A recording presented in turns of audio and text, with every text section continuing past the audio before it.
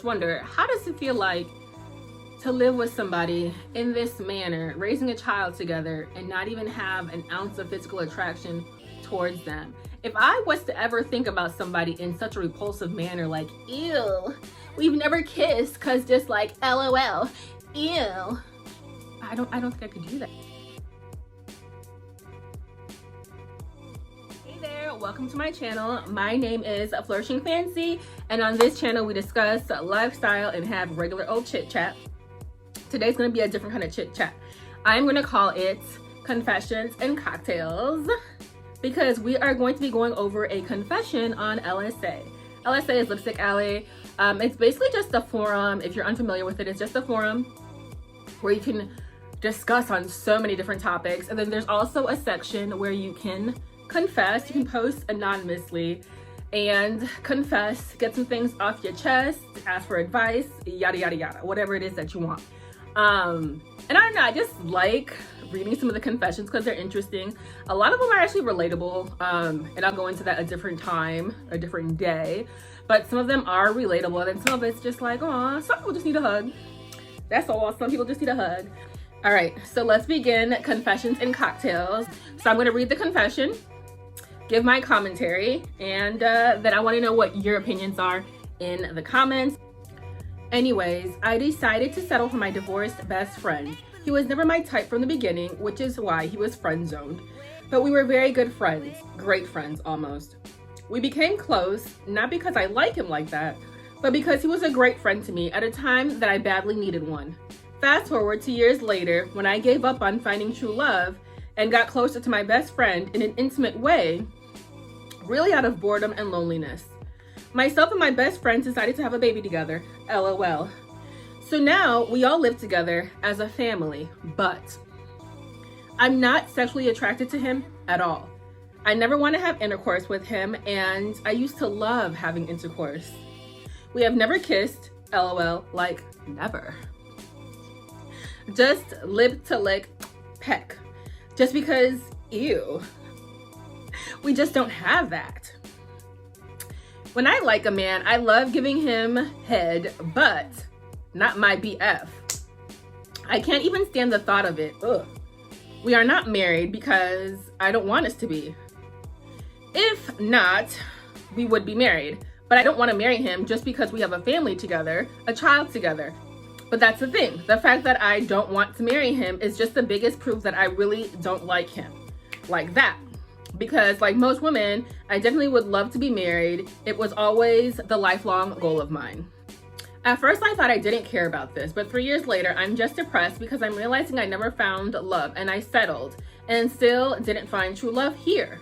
I still daydream about meeting a guy I truly love and desire, not just mentally, but sexually as well. All right, so Anonymous posted this. What are your thoughts? This situation reminds me of when two people have an agreement with each other. And that agreement goes something like this. Hey, if I'm still single in 10 years and you're still single in 10 years, do you want to get together and have a baby? You know, just have a baby. You live your life, I live my life, but we have a baby together and we just co-parent, right? And tons of people have those agreements, tons, you know? And that's just what it is. It's an agreement. But you guys, on the other hand, took it a step farther. You know, of course you had your baby. Kudos to you too. But you took it a step further to play house. And you're playing house. You're in a relationship with this person that you see, you're repulsed by him, basically. It sounds like. It sounds so bad the way that you describe your non-sexual attraction to him. You are very much, it sounds like, repulsed by him, and you clearly don't want to be married with him because you would have by now. So why are you in this relationship? You clearly said you are not in love with him. You're depressed because you realized that you never found love with him. So honestly, why are you still in this situation? One thing that I thought while reading this was, you need help. And I don't mean that in a negative way.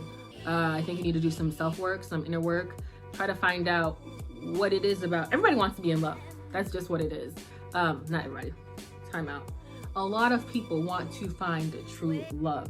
I feel as though that's just human nature to want to find true love. But a lot of people don't actually give up on themselves, which it sounds like you gave up on yourself. A lot of people, what they'll do is, I know for myself in general, I will think about the relationships that I've been in, why they did not work, what part did I play in it's not working, or why I even got into the relationship to begin with. Because sometimes we get into relationships with certain people looking for certain things. So with the relationship that you've gone into, why did you get into those relationships with certain people? You know, maybe you got with this guy because you thought there would be some kind of security there. Maybe you got with this guy because he made you feel good, but yet he had nothing to offer. Maybe you got with, this guy because at that point in your life, you were having some low self-esteem and he was there to comfort you. So I think you really need to figure out why all your past relationships didn't fail. You did say that you're sick of getting abused or used for intercourse. Well, stop sleeping with them. Be celibate. Being celibate will clear your mindset for a little bit. Or a lot of it, however long, but it will give you some kind of clarity. But I really feel like you need to do some inner work, girl, and figure out what is going on. You need to let that man go free. Of course, you're not holding him hostage, but I think you need to end the relationship because what future is there? You're depressed. You have a child. Focus on how you guys can have a co-parenting situation, a co-parenting relationship, a co-parenting best friendship, and raise your child, because it sounds like you don't want to be there, and I think you should only be where you want to be. But I also think you need therapy. Honestly, I'm a big advocate for mental health. I'm a big advocate for therapy.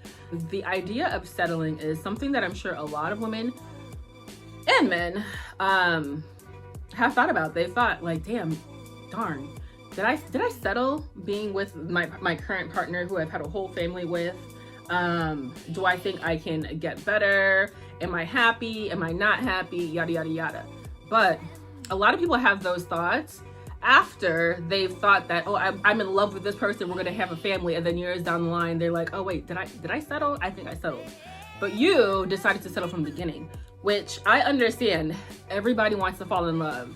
I think that's just human nature. You want to fall in love. I have so one thing that I do realize is, of course, we don't know this person's age. They can be in their 20s, 30s, or 40s. But one thing regarding their age is that they did mention that they just feel like they're never going to fall in love. But at the same time, we don't even know if this person gave themselves enough time to fall in love in general. And one thing is, okay, girl, whose timeline are you working on? Because are you working on your own timeline, thinking that you're going to fall in love by a certain age? Or are you working on the timeline of God, the universe?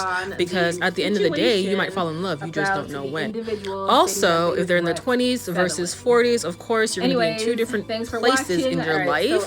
And because of that, she might be in a rush to have a child compared to if she were in her 20s. I do think that this person needs to have an honest conversation with the father of the child to discuss basically how they both feel.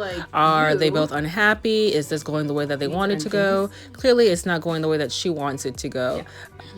And of course, we don't know how her partner feels, because her partner could feel perfectly fine, and her partner could be planning for the future and wanting additional children. So I think an honest conversation needs to be had, because of course there are multiple people that are involved in this situation, and from there they can figure out the best way to co-parent the child. I mean, once she figures out the next steps of the relationship and does the self-work, I hope that an amazing man comes into her life and she can get that fairy tale ending that she's looking for. Thanks for watching. I hope to see you in the next one. And don't forget to like, share, and subscribe.